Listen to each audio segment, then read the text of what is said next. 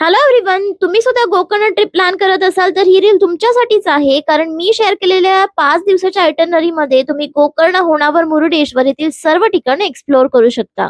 पहिल्या दिवशी दुपारी 3:15 वाजता लोकमान्य टिळक टर्मिनल्स वरून मत्स्यगंधा एक्सप्रेस ट्रेनने दुसऱ्या दिवशी सकाळी 4 वाजता मला गोकर्णला सोडलं. पहाट असल्यामुळे थोडा आराम केला आणि सकाळी गोकर्णमधील मंदिरं, दुपारच्या जेवणामध्ये मंदिरातर्फे उपलब्ध असणारा महाप्रसाद आणि त्यानंतर जगप्रसिद्ध असे याना केव्स आणि मिर्झन फोर्ट ही सर्व ठिकाणं पहिल्या दिवशी पाहिली.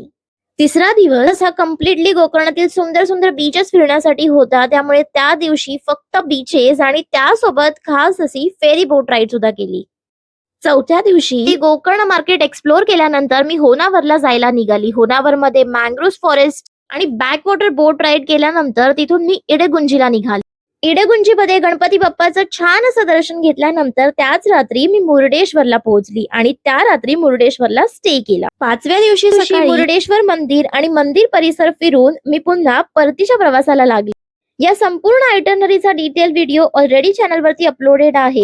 जर तुम्हाला इथल्या प्रत्येक ठिकाणाची सविस्तर माहिती जाणून घ्यायची असेल तर तो व्हिडिओ नक्की बघा.